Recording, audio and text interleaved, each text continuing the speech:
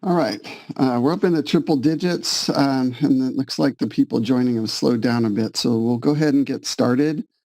Good morning, happy Monday, everybody. My name is Mike Johnson. I'm the Caltrans State Asset Management Engineer. I'd like to welcome you to the third in our series of workshops related to the development of the 2022 Transportation Asset Management Plan. Next slide. Just a little roadmap of where we are. We did our kickoff in April, and we talked about the relationship between transportation performance management target setting, transportation asset management, and planning and programming for performance. That was a panel discussion, featured Federal Highway Administration leaders in the country. That was what we call our kickoff, and then I guess technically workshop number one, which was actually our second one, was on the fundamentals of transportation asset management plan. And this was really to just get everybody up to speed on, what are the components of a transportation asset management plan. And that workshop focused heavily on understanding the national highway system, understanding the inventory and where you could get it and the condition of that inventory. And then today we're going to switch gears and we're going to talk primarily about financial planning. This is one of the compulsory components of a transportation asset management plan. And so that'll be the focus for today's workshop. And then I'll circle back to the slide at the end and cover what's next. Next slide.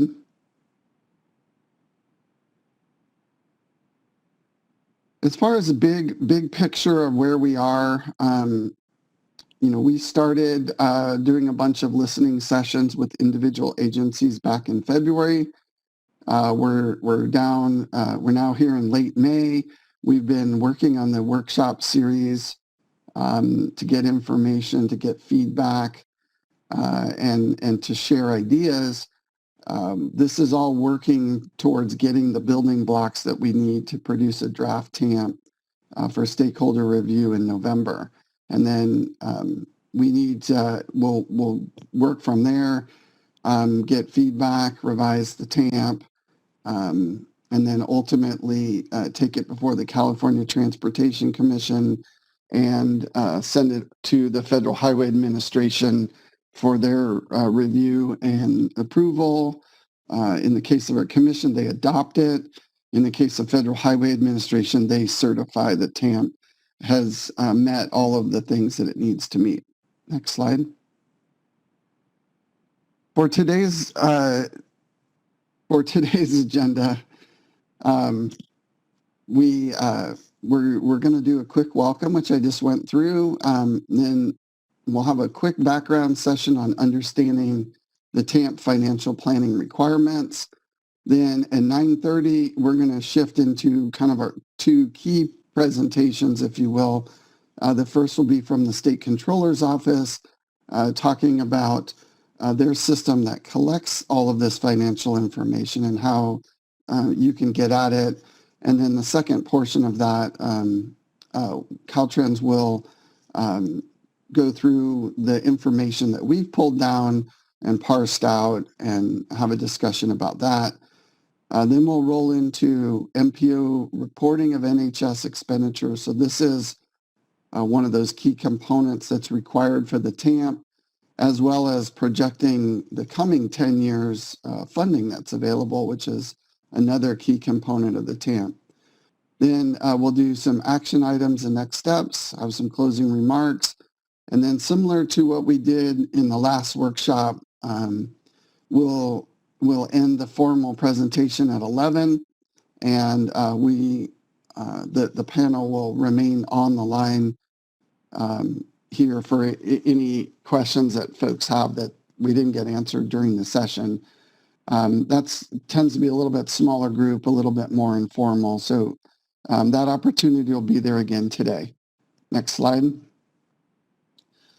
Okay, just a quick workshop guide. If you've joined and you don't have sound, then I would suggest that you make sure you maybe leave the conference and come back and make sure you hit the Join Now button. If you're having to do this on two different devices or something, that would be one way to go. We will be recording this workshop, and it will be available for people that were unable to attend today. We will use the chat feature a lot. And just a reminder to make sure that you're chatting to everyone, okay? Because if you select all attendees, the hosts of this conference will not see it. You have to select everyone, and then we'll all see your question, and we'll hopefully be able to respond. We will have people that are monitoring the chat, and even if someone's presenting, other people may be able to respond to your question. So feel free to submit those questions on a flow basis, and a lot of them hopefully will be addressed within the chat window. Otherwise, we'll bring them verbally into the workshop itself. Next slide. We tried polling last time, and it worked pretty well. So we're going to do some polls again today. For those of you that weren't here last time, in order to participate in the polling, you need a cell phone. You need to send a text message, and the number is 22333, shown on the screen here. And in the body of your text message, type Caltrans 300. And if you do that, you should get a notification back saying, welcome to Poll Anywhere or Poll Everywhere. And at that point, you'll be able to respond to our polls. So give everybody a minute to do that because we're going to come right into a poll here. Okay, let's go to the next slide, see how we're doing. Again, if you want to join the poll, you have to text to the number 22333, and in the body type in Caltrans 300. Caltrans 300 is not case sensitive, so you could do it any way you want. And the first question that we have is, which agency or organizations do you represent? So if you're with an MPO, you're going to enter A. If you're with an RTPA, B, city, C, county, D, Caltrans, E. And if you represent Federal Highways or Commission or any other agency that we didn't specifically list, please, you're very important to us, but you're going to use F for your reporting. Okay, looks like we've got about a quarter, maybe a little less than a quarter. So just give this a minute. Let's see how we're doing.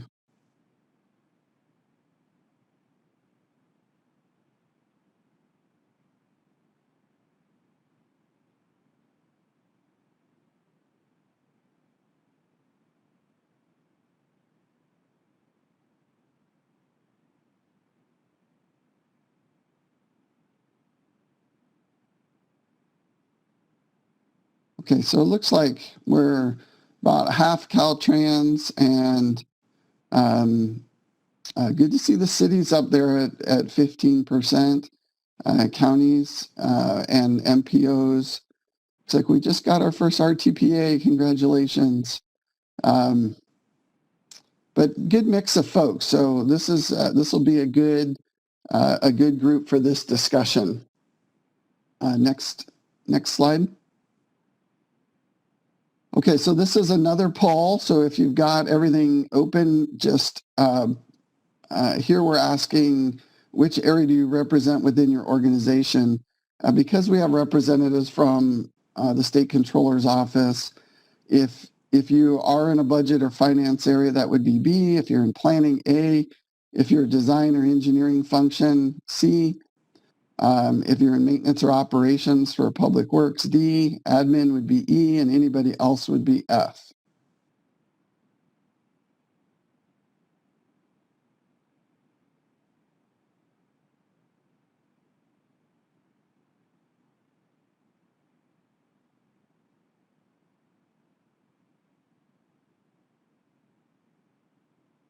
Okay, so it looks like we've got about a third planners, about a little less than a quarter engineering, a bunch of other. I'm not sure who else in the other, but um, about 11% budget and finance. So it's nice to see all of you in this workshop since we're going to be talking about budget and financial topics today.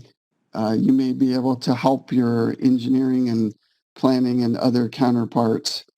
And always good to see maintenance and operations in here as well. So good mix. So we've got a good distribution of agencies. We've got a good mix of functional areas. So it looks like we're off to a good start this morning. Next slide. Okay, so I'm going to run through some quick background. And for those of you that have participated in developing the initial TAMP, this may be review for you, but there's probably a lot of you, this would be the first time you've seen some of this material. So we just want to run through, what are the requirements in this financial planning portion of the transportation asset management plan. Next slide. So the financial plan really underpins the TAMP, and it enables the implementation of a set of strategies or practices listed here, but really it's a strategy. So how are we going to go about maintaining the infrastructure, and how we can maintain it has a direct relationship on how much funding we have available. So the TAMP requires us to summarize the funding sources that are available to us, and to project the amount of funding, the magnitude over the next 10 years.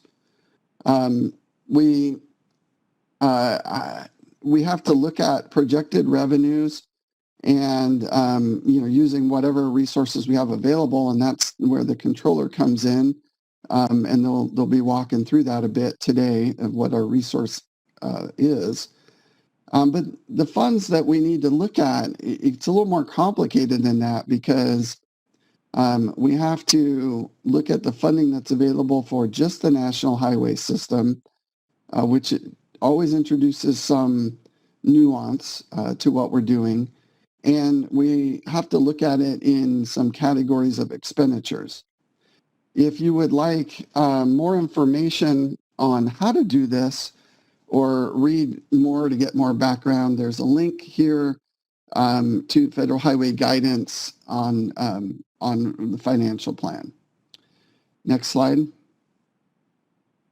Okay, so what do we need to do? We need to estimate the costs of future work in order to implement the investment strategies that we're going to be talking about in a couple workshops. So we have, after this one, we're going to talk about risk, and then in the after the risk workshop, we're going to start bringing these pieces together. So how much money do you have?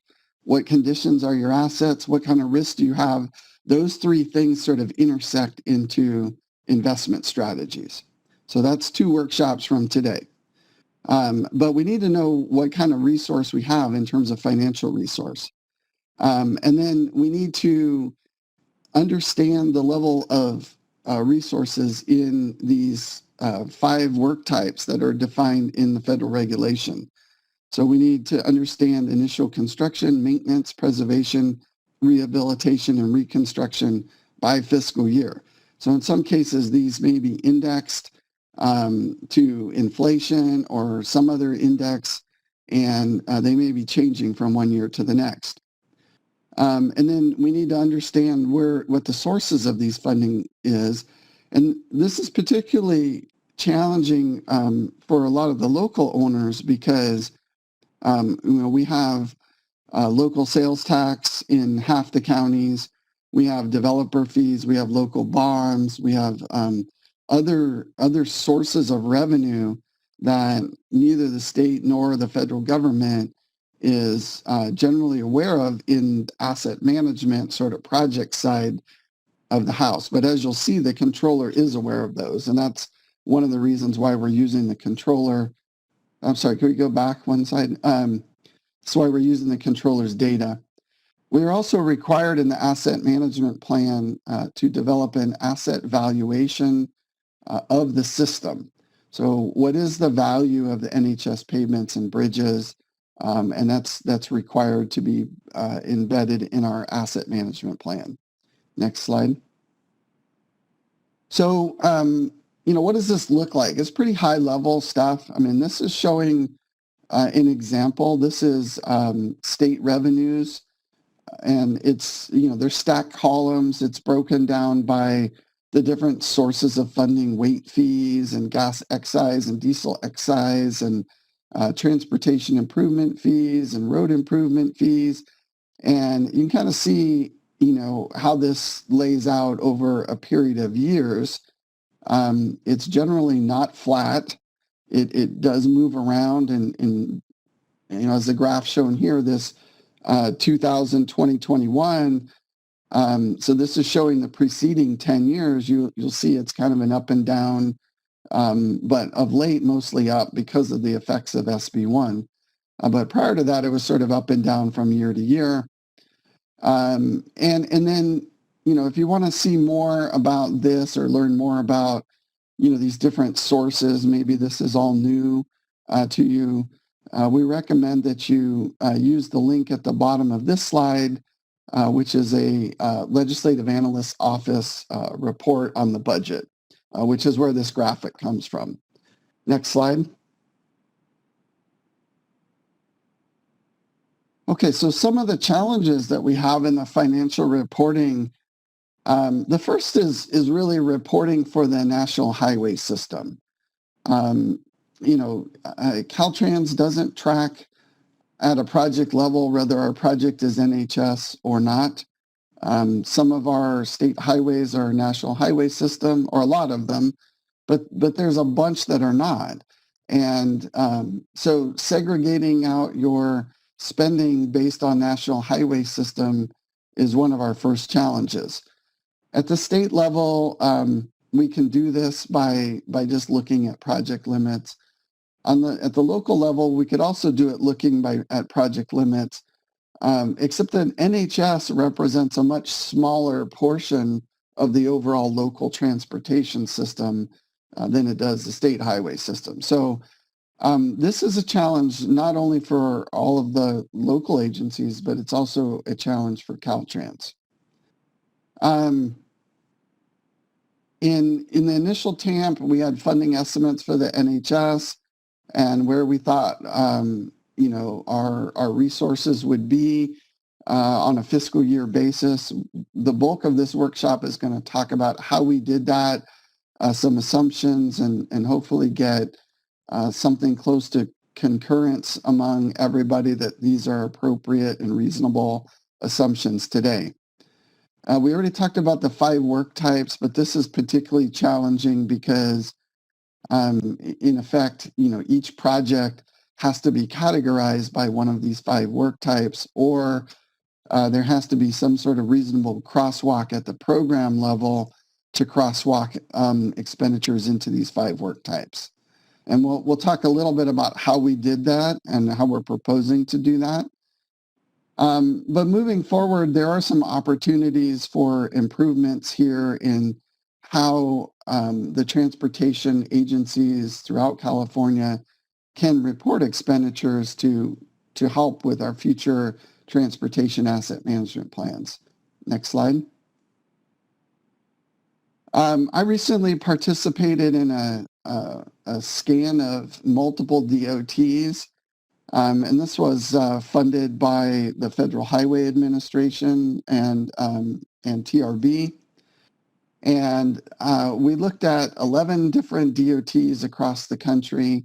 And there were some good practices that were identified in some of these agencies. More than one agency has now implemented business processes that require projects to be identified as being on the NHS or not at the project level. So it becomes a project attribute. Does this project involve a transportation system that carries the national highway system? It's just a yes or no. And then some agencies were identifying which of the 5 federal work types each project was primarily targeting. So again, at the project level, we're saying, this is a maintenance project, this is a preservation project, this is a rehabilitation project. So it takes a lot of the guesswork out if you can just aggregate this information up at the project level. But currently in California, we don't have this data. So it's very difficult to do this at a project level. We're doing it at a program level, and we'll show a little bit about how we do that in a minute. And then, some states have gone as far as reporting pre and post-project condition information. And the reason that this is important is if we're going to do a pavement project on the National Highway System, and the pavement's in good condition, then we would, expect that after the project, the pavement would be in good. But if the pavement happened to be in poor condition, then it really becomes a function of what's being included in that project. Do we expect that pavement to go to fair condition? Do we expect it to go to good condition? And right now in California, at neither state nor local level, with the exception of the shop, we are not doing the pre-post project condition. So the shop is one area we've already implemented bullet 4. And then a number of different states around the country are reviewing established performance targets. And that is a future workshop, and that's part of the development of the TAMP, is to look at the targets that we set. We have, a little bit more experience than we did when we did this the first time, and ask ourselves, are these targets reasonable and appropriate still? So these are some of the things that other DOTs are doing. They're not, I don't know that one DOT or one agency is doing all of them. This is just sort of a collection of some of the best practices that I heard during this domestic scan of agencies. Next slide. One of the things we are trying to do, and we partnered up with CEAC, the California Engineers Association of California, we're trying to compile a list of grants that would be appropriate for transportation. We wanted to be able to share that with you. We're still getting some feedback from CEAC on this, but in the interim, we've put a couple links up here. If you're listening and you're saying, well, geez, I just need more money, which we all say that typically in transportation, we'd like to point you to a couple of these websites where there's a whole slew of grants that are available for different things that you may be eligible for. And so we wanted to call everyone's attention to this opportunity to possibly get some additional funding into your mix. I think in our last workshop, we had Kern County talk about how they had been implementing an asset management approach in Kern County, and how that information, and particularly the GIS mapping of assets and conditions and project tracking, had been very helpful in their grant application, and they had won a number of grants bringing new money into their agency with the work that they had been doing. So that's a good success story for those of you that may be out there thinking, well, why do I want to do this? I think if you watch the Kern County presentation, I think they will show that they have leveraged the asset management work that they're doing, to bring in some new money. And so that might be incentive for those of you that are in the camp of, well, why do I want to do this? Next slide. Okay, with that, I'm going to turn it over to Dawn Foster with Caltrans, and Dawn will moderate the controller presentation and then her own presentation. So Dawn, take her away. Thank you, Mike. I would like to, before we get into our next presentation and introduction of our speakers, I wanted to do a little bit of background on what we did in our initial TAMP to estimate spending on the National Highway System, both on the state side and local side.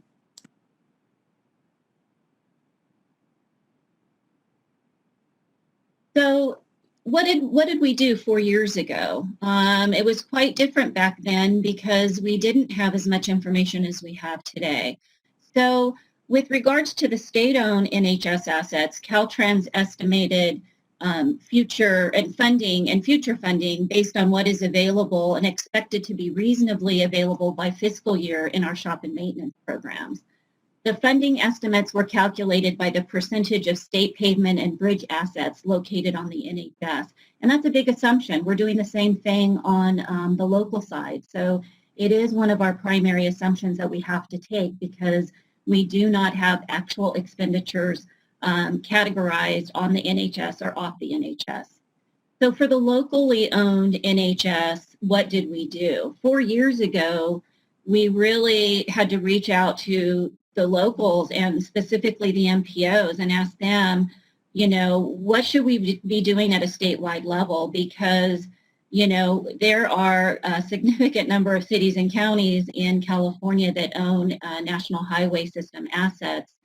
And we're talking about over 300 cities and a majority of counties. So when we started thinking about what can we do from a resource perspective to come up with this number, we did reach out to our locals. We asked them for their estimates. It came in with varying degrees of information.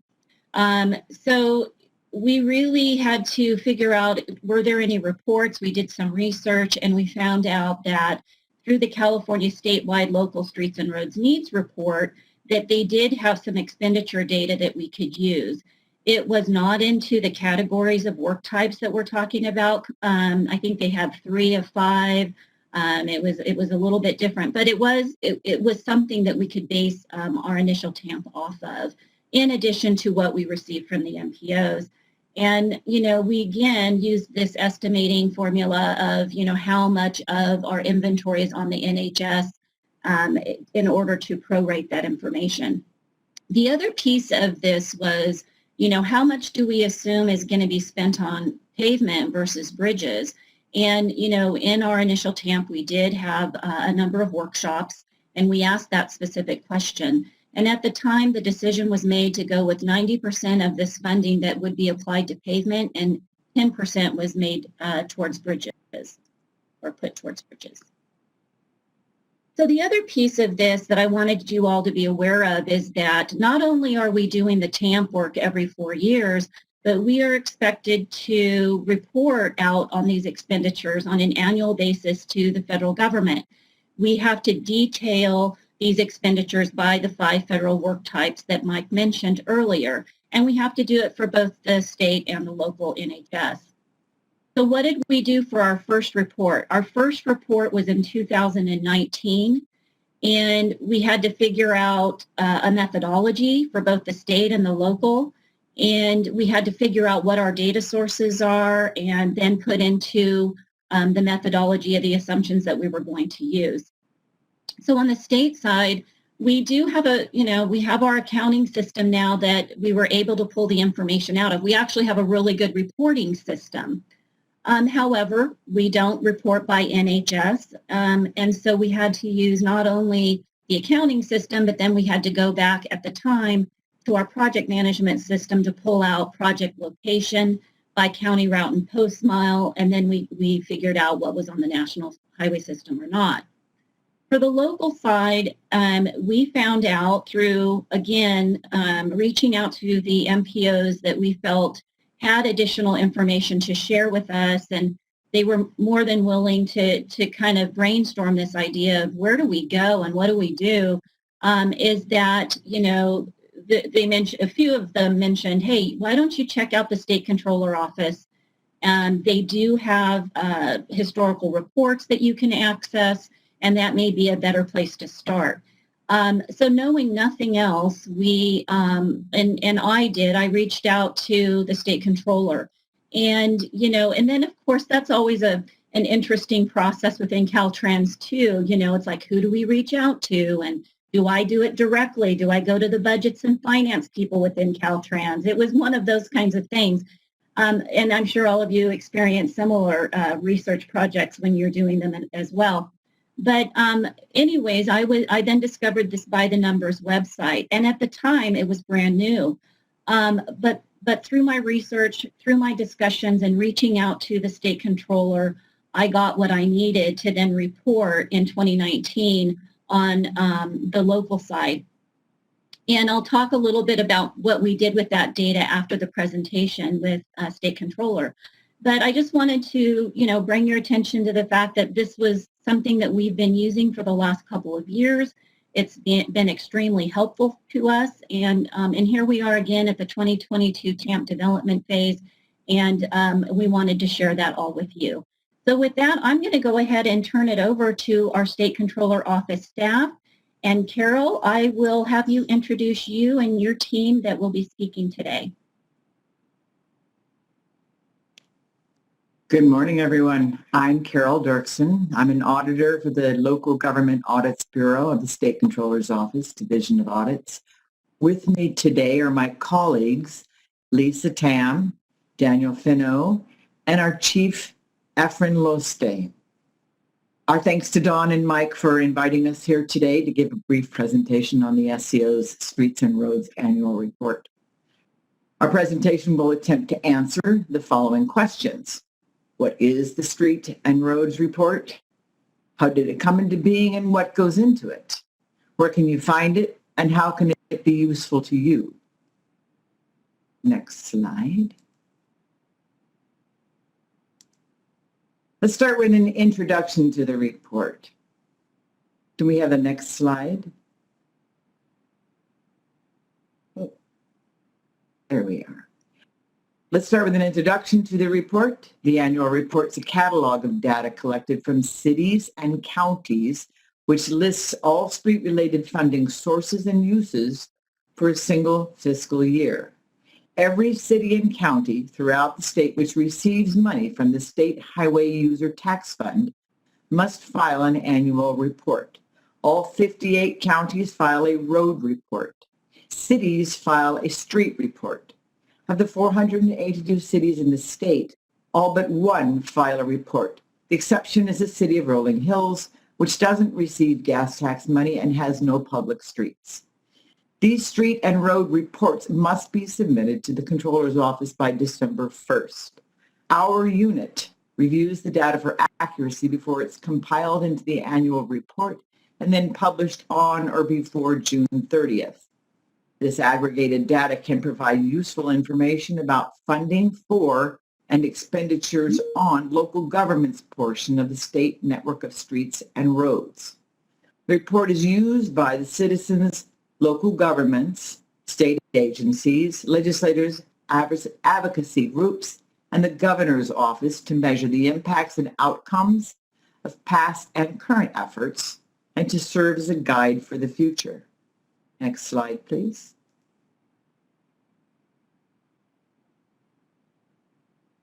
We have our next slide. Here we are. What is in the annual report? The report has two essential inputs, money coming in and money going out. The money coming in, the revenues, means every dollar intended for streets and roads. There's a wide selection of possible revenue inputs built into the report, along with an other category for things that don't fit.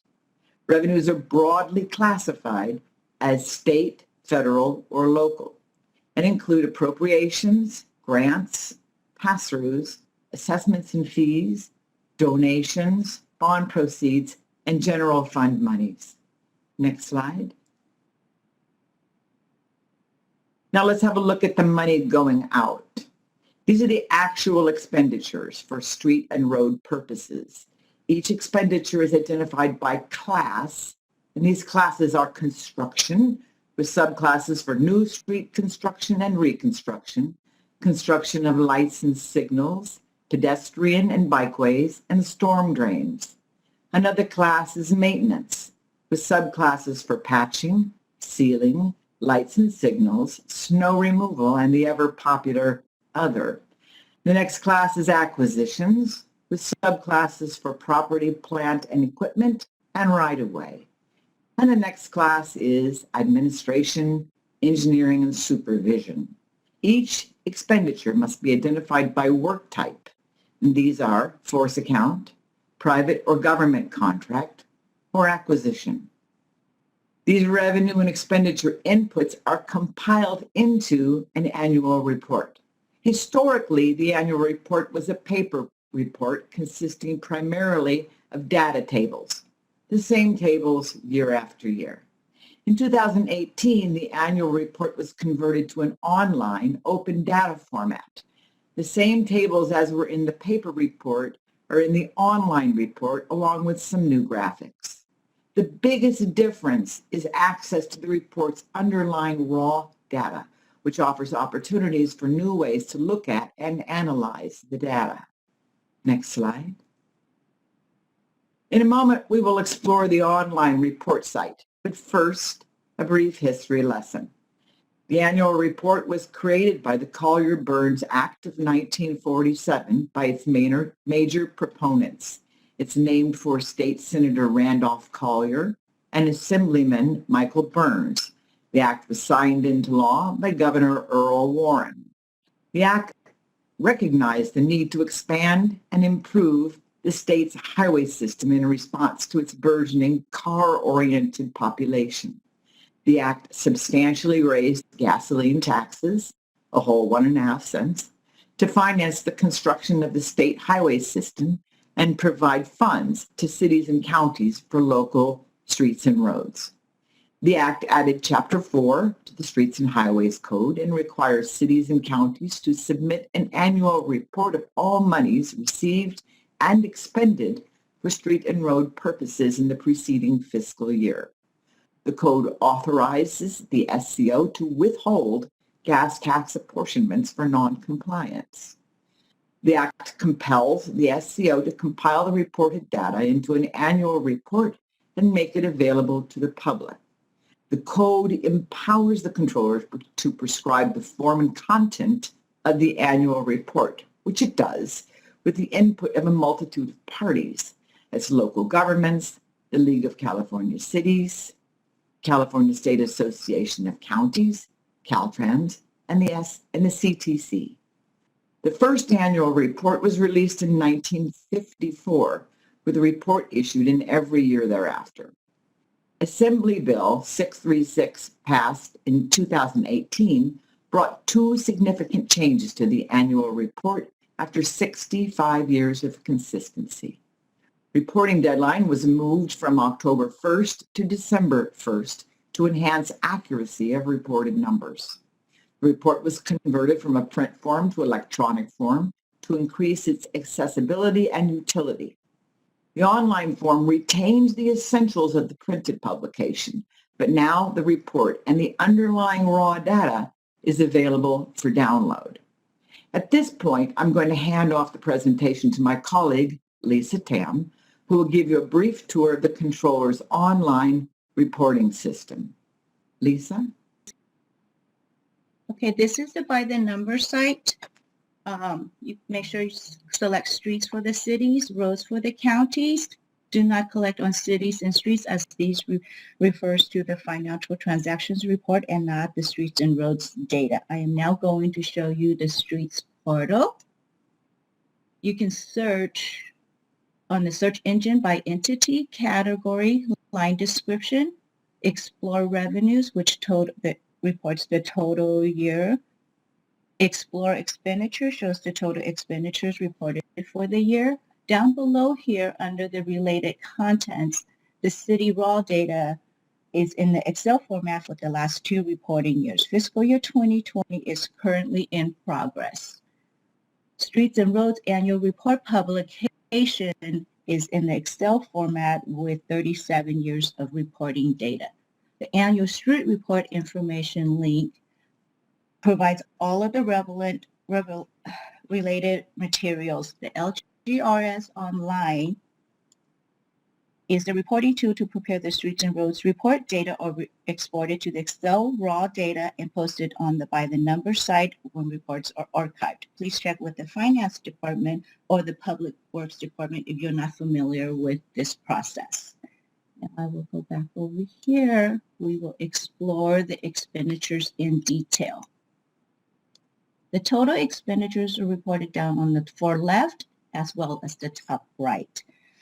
To select the desired year, you can click on the drop-down under Expenditures, or you can click on the drop-down under Expenditures broken down by to select category, subcategory, line item. On the far right here, we have the graphs in snapshot, pie chart, overtime, or you can also have it display in dollar amount or in percentage.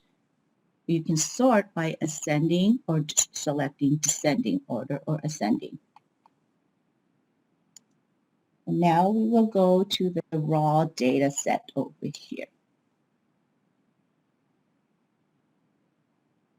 Click on the down arrow to download the Excel, which has the total revenues and expenditures reported by the entities for the fiscal year. The letters in front of the title SR represents the street report.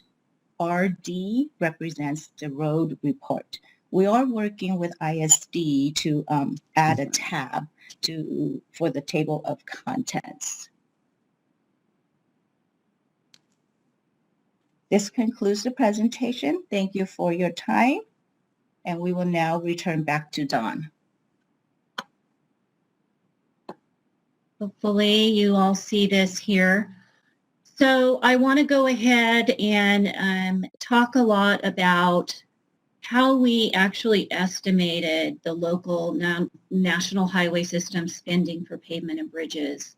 Now that you understand how you can go about getting this data, what did we do with it? How did we look at it in order to feel comfortable reporting the information based on, as I mentioned before, we're looking at it from a statewide perspective. So there's 5 big estimating assumptions that went into this. And the first one is really a big one because, as Carol mentioned, there's 481 cities and 58 counties reporting financial transportation data to state controller.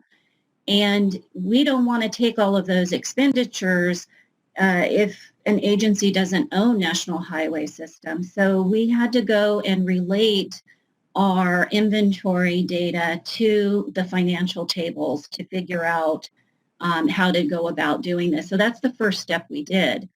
And it's a little different than how we did it in the past. And so it took us a little more time, this effort to do this. But we did come up with the numbers of cities and counties that are going to be included in this financial estimate. The second estimating assumption is actually very straightforward. State Controller Office has already mentioned that there's 2 separate spreadsheets that have to be reviewed, one for county roads and one for city streets, which we combined together. The third assumption here is actually a very big assumption. The only way we could really, divvy up the expenditures by either pavement or bridge was to look at description of work fields within the data. And it is a challenge. And the big piece of this is, as those of us in project development understand, is when you report on projects, and especially for, financial purposes, you typically are not indicating for, say, an interchange or any large project that has pavement and bridge work, that there were bridge expenditures within that project. So unless a bridge was actually within the description of work, we couldn't count it. So that assumption, think about that. That's a limiting assumption to this estimate.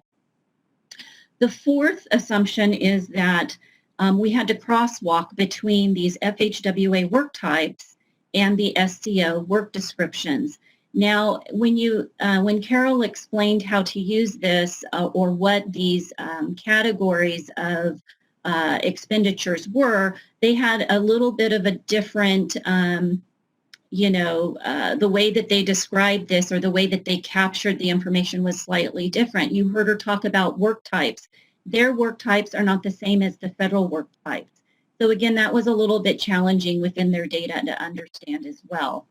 In the next screen, I'll show you what we did in order to crosswalk the information. And then the fifth assumption is beyond just the regular project data that you typically look at for construction purposes, right? You also have right-of-way expenses, and then of course you have your planning, design, and construction support that had to be considered.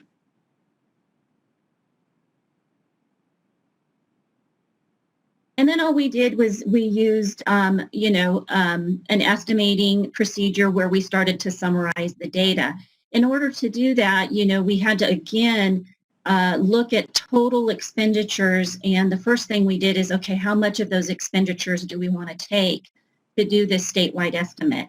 So the data that we had available to us was based at the region level. So we knew how much inventory is owned by cities and counties, but total local inventory, we did not have that information readily available. So we did this proportion at the regional level. Then we sum the information at the region level, and then we can do a statewide estimate from there for both pavement and bridges by the 5 work types. So what does this crosswalk and work types look like? So if you look at this here, it's actually pretty straightforward. You have the federal work types there in blue and the state controller office categories there at the bottom.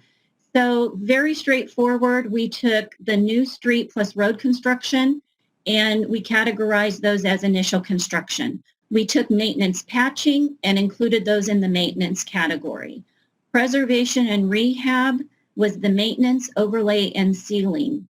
And then for reconstruction, it was straightforward. Street plus road reconstruction was how we categorized it.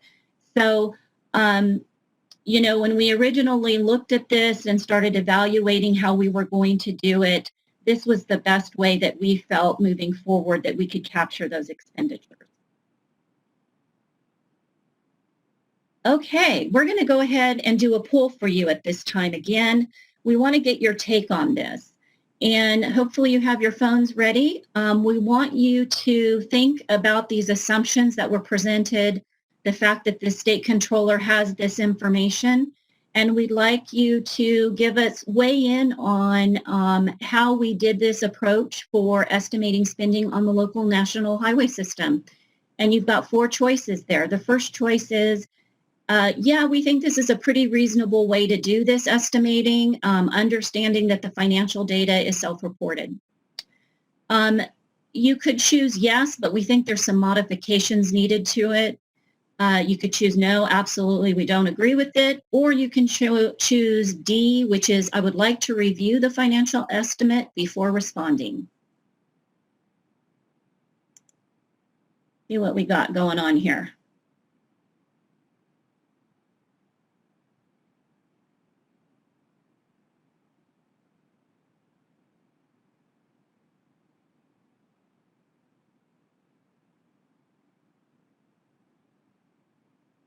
Okay, it slowed down. So we look at the responses. There's a couple more coming in.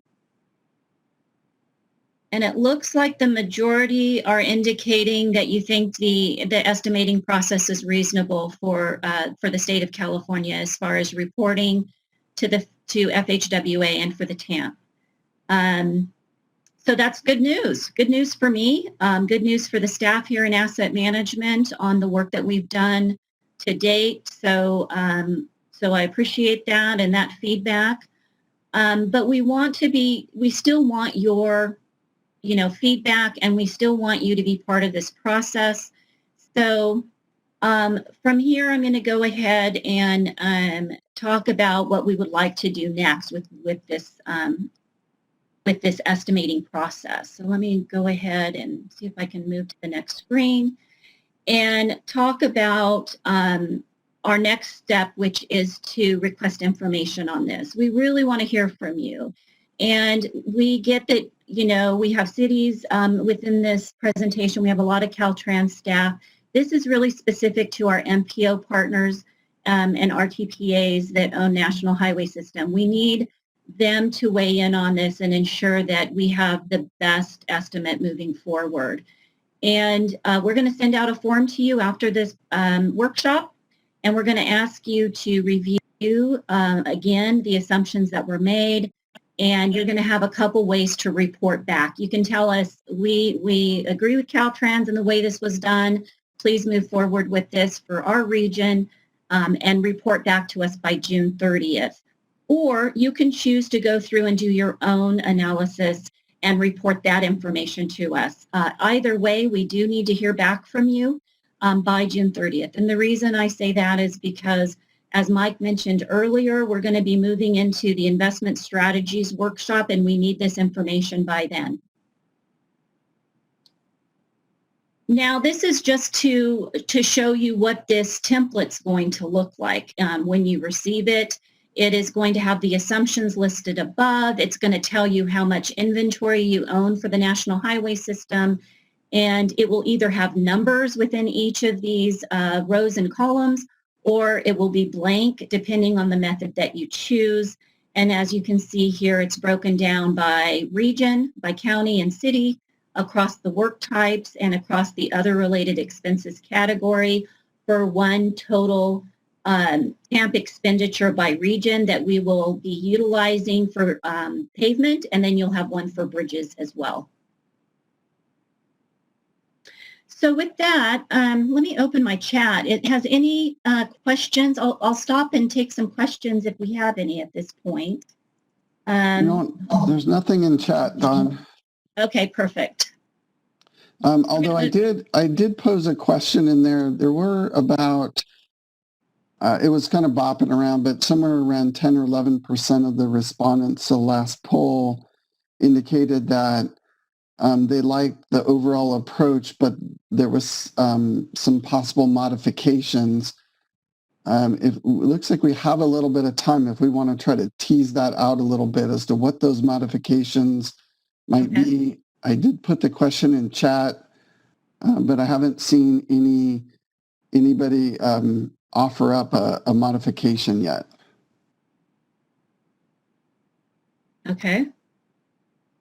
We could keep going, Mike, and as you know, people think about it, they could include it in chat and we can come back to it. Yeah, why don't we go through the reporting and then we'll pause there and see and circle back if we want to get back into the approach. Okay, sounds good.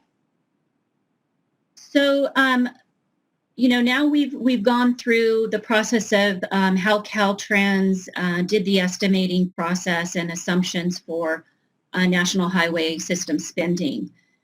Then the next part of this presentation is to bring your attention to, you know, how do we describe these 5 work types? And the point of this is to really try to align the work types to what State Controller Office already has within their instruction manual. So they have instruction manuals for reporting, and they have very similar descriptions, or I should say they do have descriptions for these specific work types. However, they didn't match exactly what our FHWA partners would like us to report on.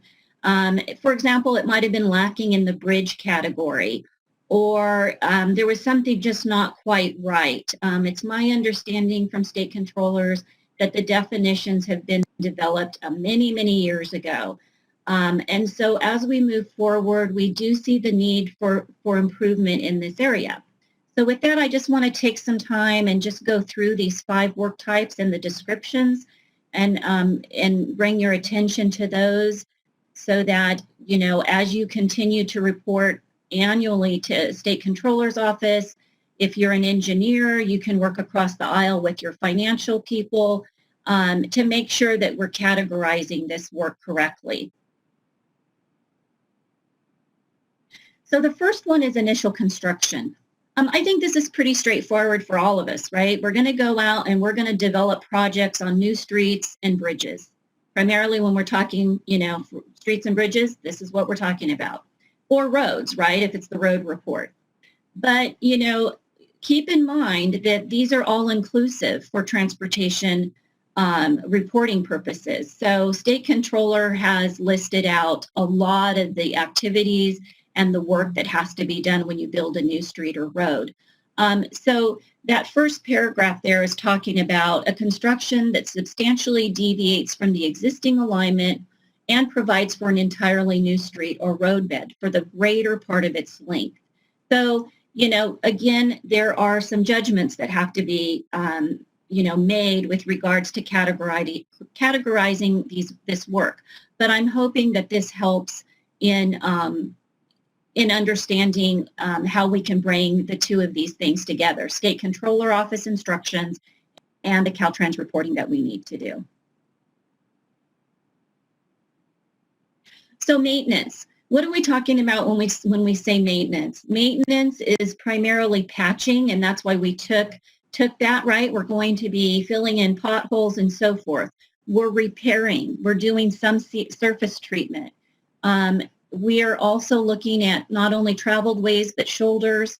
And we need to think about this in terms of bridges too. And, it's also looking at the repairs that need to be done to damage to street and road structures and bridges as well. Preservation. When we talk preservation, what do we mean by that? It's resealing, resurfacing streets, roads, or bridges and or shoulders. It also should include all side street and road bridge approaches. This work preserves the facility in a safe and usable condition to which they have been improved or constructed.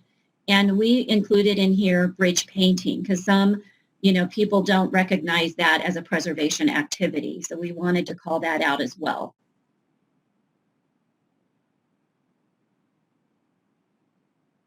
Rehabilitation. This work does not involve major realignment, but upgrades the existing facility to a state of good repair. It includes any street, road, or bridge work that materially increases the service life or load capacity of the original project. And reconstruction involves realignment or the use of standards well above or those of the existing element, whereby the type of the geometric and structural features are significantly changed. And it also includes replacement. So keep that in mind as well. So, we could call this reconstruction/replacement as a category, but it's important to note that that's in there as well. And it also states in there that it's for any street, road, bridge, or facility that has failed or has become functionally obsolete. So a fact sheet was prepared about 1.5 years ago, possibly even closer to 2 years on this information. And we did this with the recognition that we were reporting to FHWA, and it would be great if we could see how we could, improve this moving forward. And the fact sheet was sent out to you as part of the workshop materials. It's also been posted to our 2022 TAMP development webpage. And if you have any questions, comments on this, please let us know at our email cttam@dot.ca.gov. We'd love to hear from you on that. So with that, I'm going to see, was there any additional questions that has come in either through this part of the presentation or prior? I'm looking here. So it looks like we can move on to the next part of our presentation. So I'm going to go ahead and poll at this time.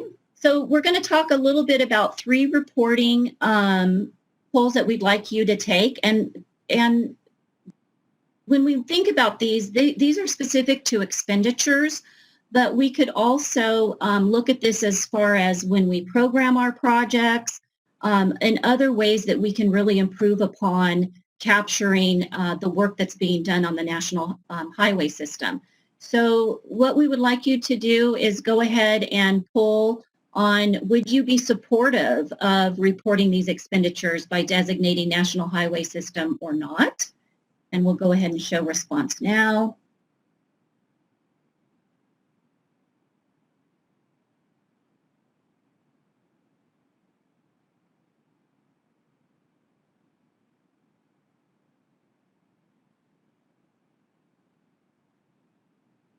Oh, this is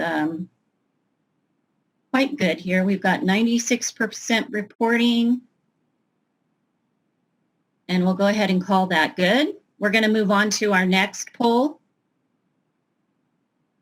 Would you support reporting expenditures separately for pavement and bridges?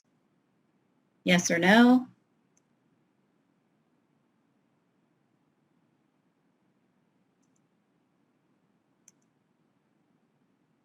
Okay, now it's showing 96, which was similar to our last 97. Okay, looks like it's working properly here.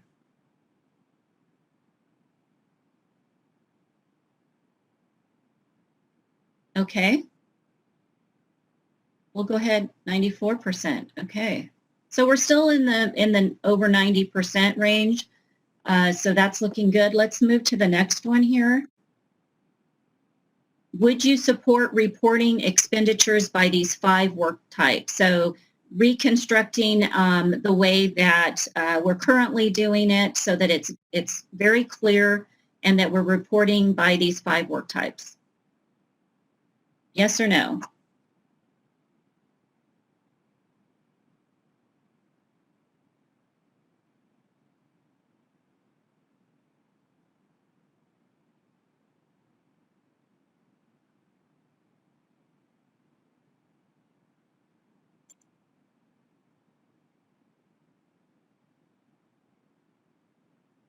Okay.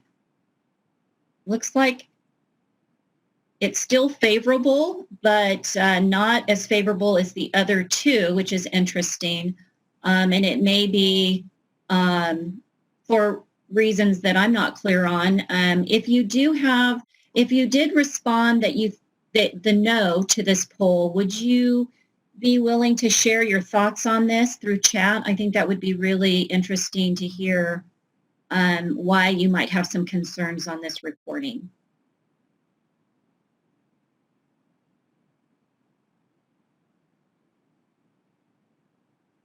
Anybody willing to kind of talk about the work types in more detail?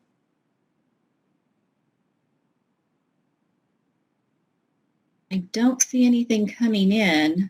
So if you don't want to share as part of this workshop, there's a couple options for you. We are, as Mike said, going to stay late so that informally we can chat about this. Otherwise, you could send me an email, or you can just send it to the CT TAM email, and I would be glad to hear from you. Oh, here's one that came in. It says, is legislation needed to update or add to the local streets and roads annual report for the new work types? You know, actually, that's a really good question. I'm not as familiar as to what's required as part of this local streets and roads annual report. But if there is specific legislation on this and it's very detailed about how this is done, then probably so.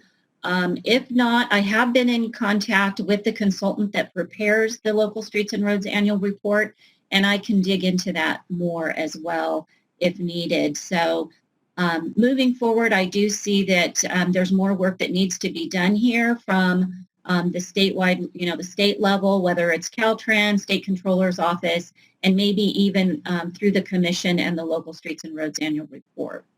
So Don, just a clarifying question. I'm not sure if Warren is referring to the local streets and roads needs assessment, or if he's referring to the state controller's report. So maybe someone from the state controller could weigh in about whether legislation would be required to change the composition of that of their report. Yeah, good point. I see it doesn't say needs on there, so it probably is state controller. Good morning, everybody. This is Efren Loste with State Controller's Office. So in regards to that question about legislation for local streets and road annual report, I mean, 2 things could happen. If we legislate it, then it will sort of force the SCO to make the changes. However, it's the streets and roads report as it is now. The SCO does have the ability to make the changes or to dictate what's on the report. Now, having said that, it's not going to be where SEO will just make changes as they, deem it necessary. As Carol has mentioned earlier in her presentation, when we initially created the reporting system and when we created those categories and whatever information that needed to go into the reporting system, we did have a lot of discussions on that with local agencies, Caltrans, CTC, and a lot of the stakeholders. So if we were to make some changes to the existing Streets and Road report, we would do the same. We would have a conversation with the agencies and most everybody involved so that we can make the appropriate change moving forward. I hope that makes sense. Thanks, Efren. Does anybody else have any questions on this, comments? I don't see anything else in chat. Okay. So we'll go ahead and move on from here. Thank you for that clarification. And Mike, I'm going to turn that over to you now to finish up the presentation today. I would really like to thank State Controller's Office for coming in and sharing their, by the numbers webpage with us and information for all of you. And with that, I'll go ahead and turn it back to Mike. Thanks, Don, and thanks to the controller staff. We've got four of you here today. Appreciate that. Before we get into looking at the financial projection, just so that everybody's tracking with us, because there was a chat question about it. So what was covered so far is expenditures that have already happened. Okay, so these are, in a financial world, expenditures mean we already spent the money. But the TAMP requires us to understand what money might be available going forward. And those are the projections. But before we launch into that topic, because there's a different set of assumptions going forward maybe than there was when we look backwards. I want to give Chris Long with the California Division Office of Federal Highway Administration just a few minutes to talk about your observations, Chris, to this point, and any comments you want to make about the 5 federal work types. Great. Thank you, Mike. Can you hear me? Yes. Great. Yeah, from our perspective, I guess specifically my perspective, and I think Chu's on the line as well, but this 5 work types in matching it up with the State Controller's Office, I think you guys are spot on with the right path of trying to get that, eliminate some of the, if you will, inaccuracies in the reporting of the data. Hopefully, I don't know, all of the ramifications for changing those work types, breaking them out by bridge and pavement, what that does to the state controllers and to the locals. But to me, I don't see the federal reg changing. I think those 5 work types will be in there. And, I may be wrong if Congress changes it, they change it. But I think any alignment that the state can do with that should just make reporting easier and less inaccuracies in the data and ultimately yield better results as far as, what benefit, what are we seeing with the money we're spending? That's the whole kind of closing the loop with the transportation asset management planning, how your expenditures are yielding results. And so when we have different expenditures or inaccuracies with the expenditures, it's kind of inaccurate, the results. It's difficult to link those two. So that's kind of my perspective. Anything we can do to support that, I realize that's not something you just switch overnight and say, hey, let's do this. I think it requires, trying to understand what are these unintended consequences, how are people using the other data, how can we, kind of satisfy everyone's needs. So those are my thoughts on it, Mike. Thank you for the opportunity to talk about it.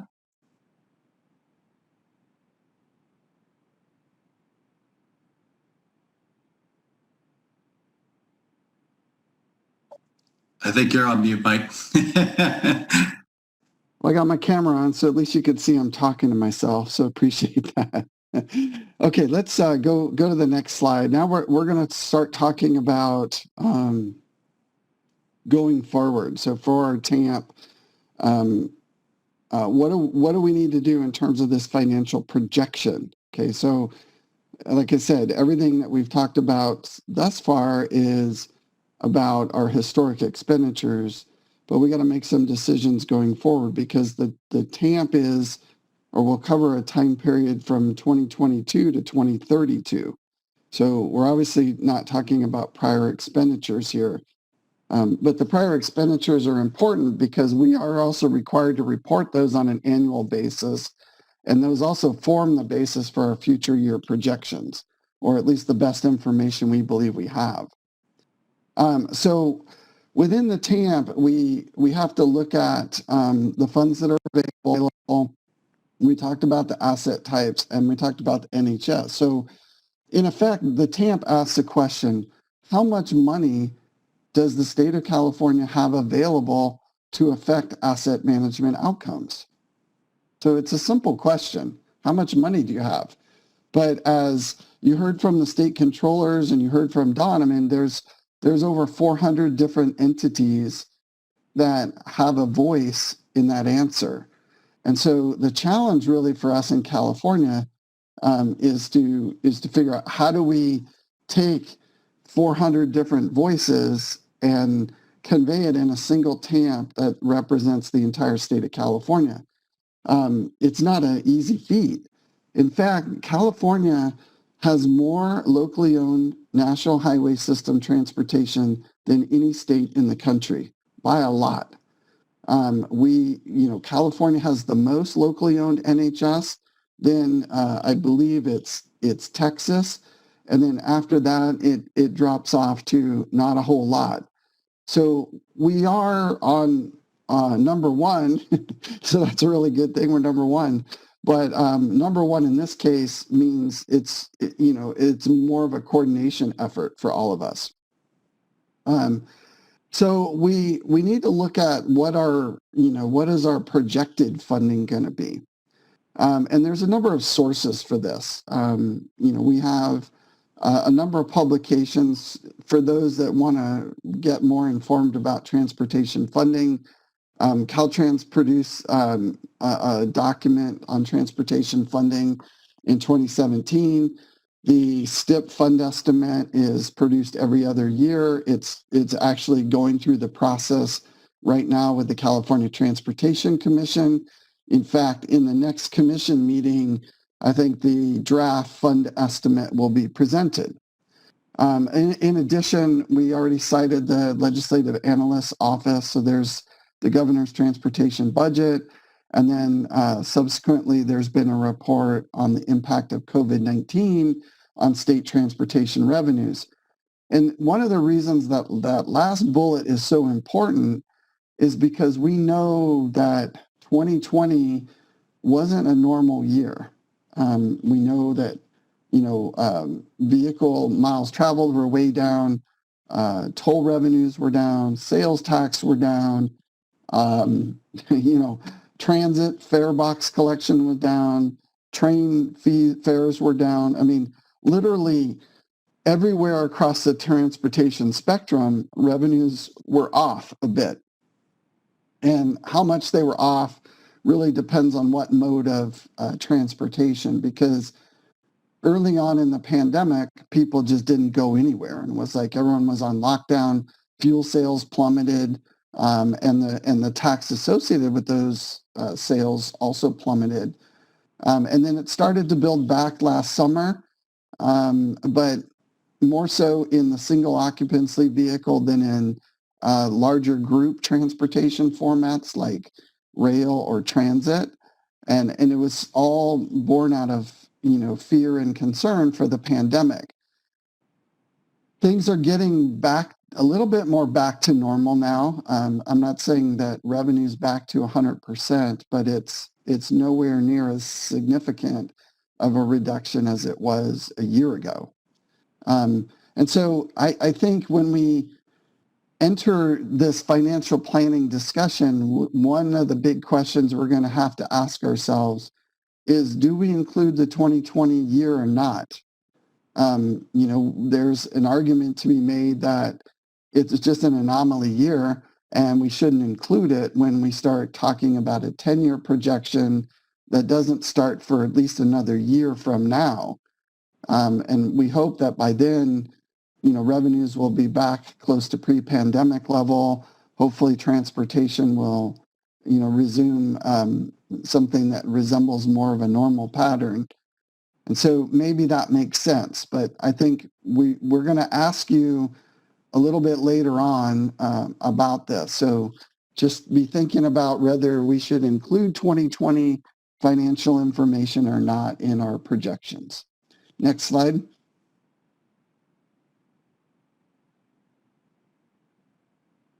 Okay, so we do this within Caltrans for the State Highway Operation and Protection Program, or SHOP. And the graphic that is shown on the right comes right out of our State Highway System Management Plan. So you can see this is 21-22 to 2030-2031. So it covers a 10-year period, which is only different from by 1 year from what we have to do for the TAMP. But you also notice that this graph grows a little bit. And the reason that it grows is because a portion of these revenue sources are indexed to inflation, but a portion are not. So you don't see, pure indexing to inflation, but we do have some indexing benefit. Within Caltrans, we're not currently tracking work type by project. We may, based on the feedback that we saw, there was quite a bit of support for that. So that might be something that we're going to look to do moving forward. But right now we're largely crosswalking programs to these 5 work types. And that seems to work okay. But there are some, there's some loss of granularity, I guess, when we do that. But here's one example where we are making these forward projections and kind of what it looks like. And this is, the TAMP would be something like this, but the dollar figure would obviously be higher because it would be bringing in revenue and funding projections for local agencies as well. Next slide. So, here's some of the things that we were thinking about, when we look at estimating the coming 10 years, meaning 2022 to 2032, there's some options. Well, we could look at the historic expenditures coming out of the controller's database, and we could do kind of a flatline projection of those expenditures, in effect making the assumption that there's not a lot of indexing to inflation going on. Alternatively, we could use the historic expenditures but apply some sort of index to inflation factor. And the reason that I say this is that because these revenue sources are coming from a lot of local legislation, we don't know what provisions are on these funding sources. So we don't know if they're indexed or if they're not indexed. We could also use historic expenditures but exclude 2020 because of the impacts of COVID-19. Or, the other permutation is we could use historic expenditures, exclude 2020 because of COVID, but then index that to inflation. Alternatively, there's some question mark about expected funding streams. So when we look forward 10 years, we know there's a big federal infrastructure package that's being discussed. We don't know what that final legislation might look like. We don't know if it's ever going to get signed into law or not. But we know that, at least both of our major houses have proposals on the table. So it seems reasonable to think something's going to happen.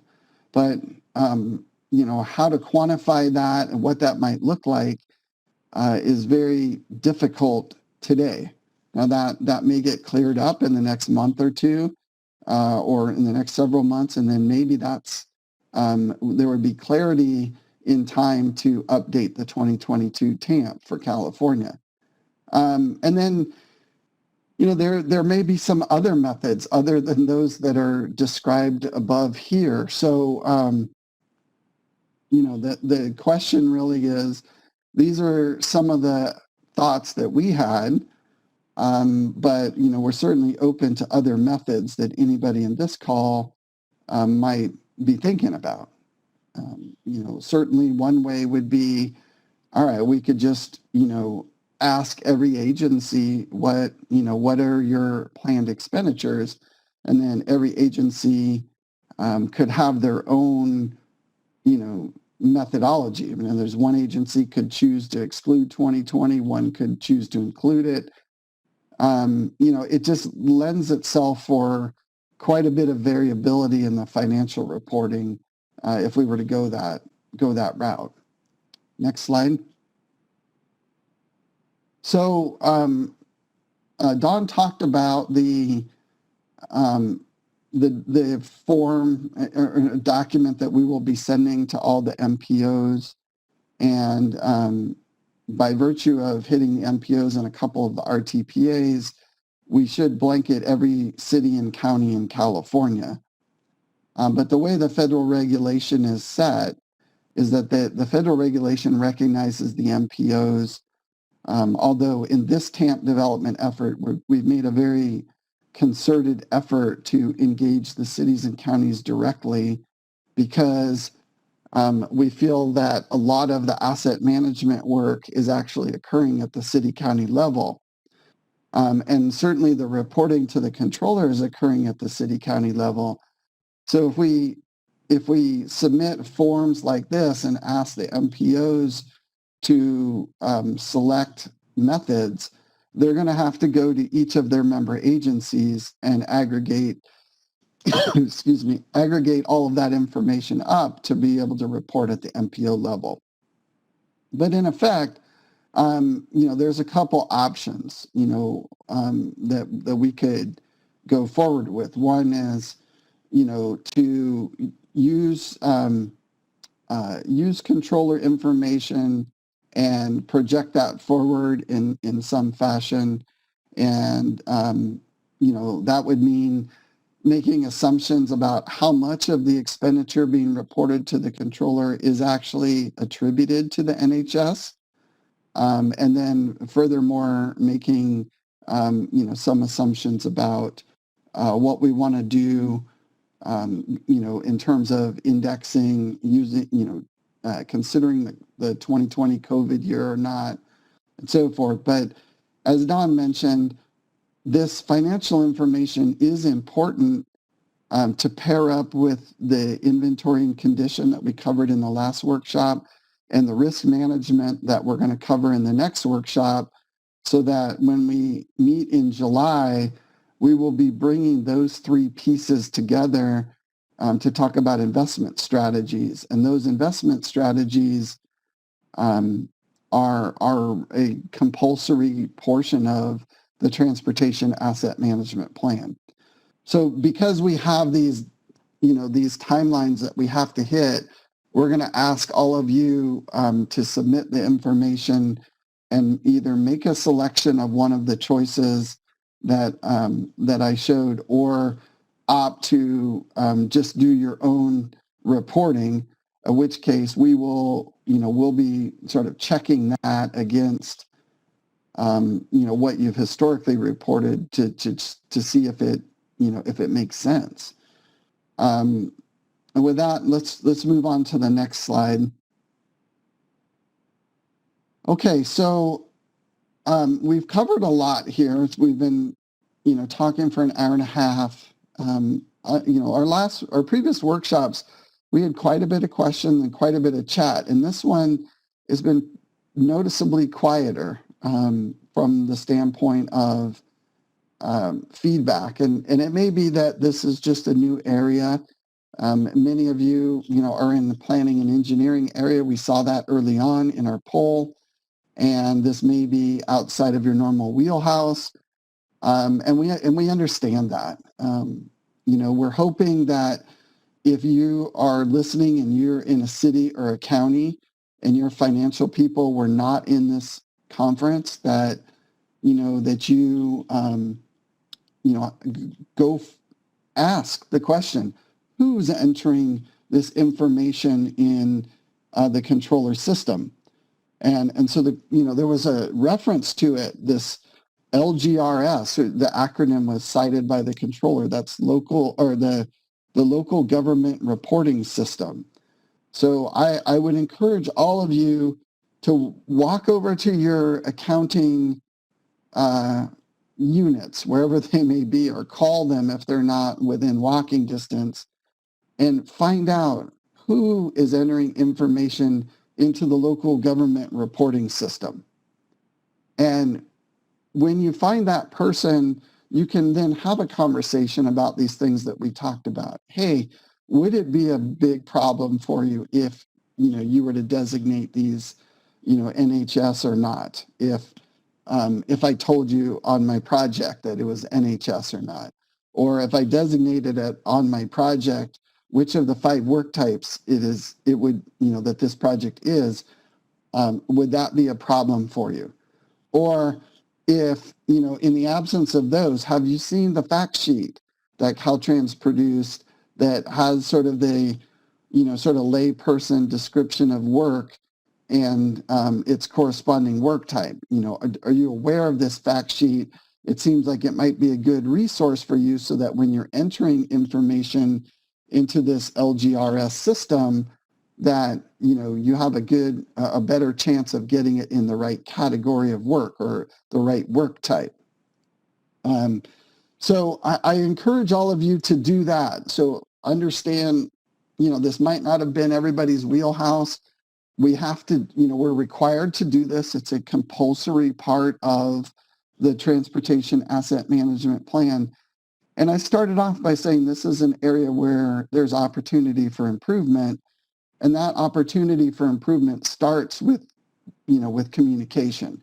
And that means that, you planners, the engineers, the project development staff that may be in these meetings, go to the other side, go to the financial side, ask who's entering this information, have a conversation about this workshop, point them to the link to the recorded workshop if they don't have it. Download and give them a copy of the fact sheet. I think all of these things will help us get to a place where we have more confidence in the quality of information that's being reported and the accuracy of the designation of the work types. So with that, that's my challenge to all of you cities and counties out there. I don't want to assign homework, but I'd certainly love it if you guys would take that challenge up. As far as kind of closing out, we've tried to cover what the TAMP requirements are in the area of the financial planning session. We talked about some best practices that some of the other agencies around the country are doing. We talked about aligning the work types in reporting in the local government reporting system. We had the controller come in and show folks how to go get the data if you want to look at your own data.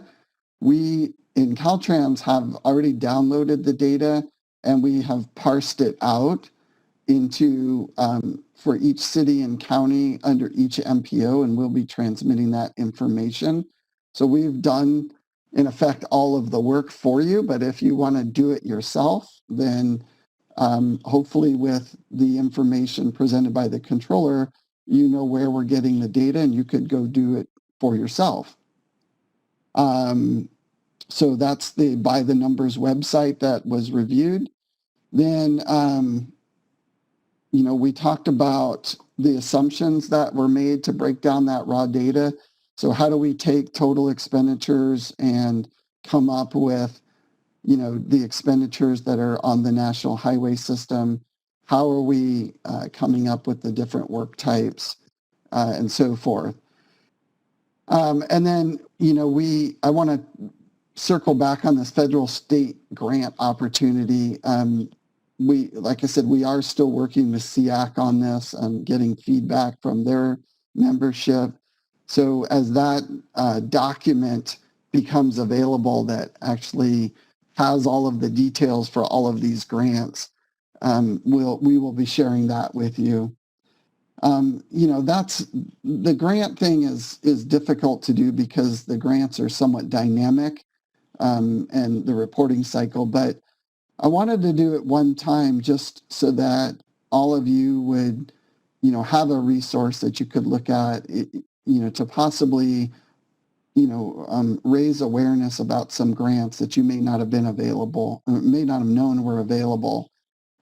Because certainly the more funding that we can bring into California for transportation will certainly help us all, because although we don't have a poll for this, I'm sure if we were to ask, do you have all the money you need for transportation? We would have 100% no answer to that, because I've yet to meet a transportation official that says, yeah, I have all the money I need. That's just nowhere in this country and probably in the world is that a true statement. But this is really the, what's involved in this portion of the TAMP. And so hopefully you're all a little bit more up to speed on what's required and where it comes from. I do want to thank, as always, Mary Alice. I'll start with Mary Alice. Usually I finish with her, but Mary Alice helps make these workshops work. Thank Dawn for all of her work in putting the PowerPoints together and coordinating, and certainly want to thank Efren and Lisa and Carol and Daniel with the controller's office. If we could go back one slide, I kind of jumped the gun a bit. Just a reminder, our next workshop is going to be split into 2 days, 2 portions of the days. So we'll be in the afternoon of June 23rd, and then I think we finish up in the morning of the 24th. More information will come out about that. That workshop will focus on risk management. So what are those risks that we have that affect our TAMP? And, we'll have a similar format to these. We'll run through what's required, what we did previously, and, have some further discussion about what risks make sense for us to include in the 2022 TAMP. As always, if you have any questions, want to talk offline about anything that we've talked about to date in the TAMP, you can always email us at cttam@dot.ca.gov. This is an email box that's monitored by multiple people, and we use it for most of our correspondence for asset management. And then also a reminder that we are continuing to solicit feedback. If you have any suggestions for how we can improve these workshops, it is tricky doing this all virtually. I feel like we're losing some of the interaction. And if you have strategies of how we can get better interaction, beyond the methods that we've been trying to use, please by all means share that. We're certainly open to ideas for improvements.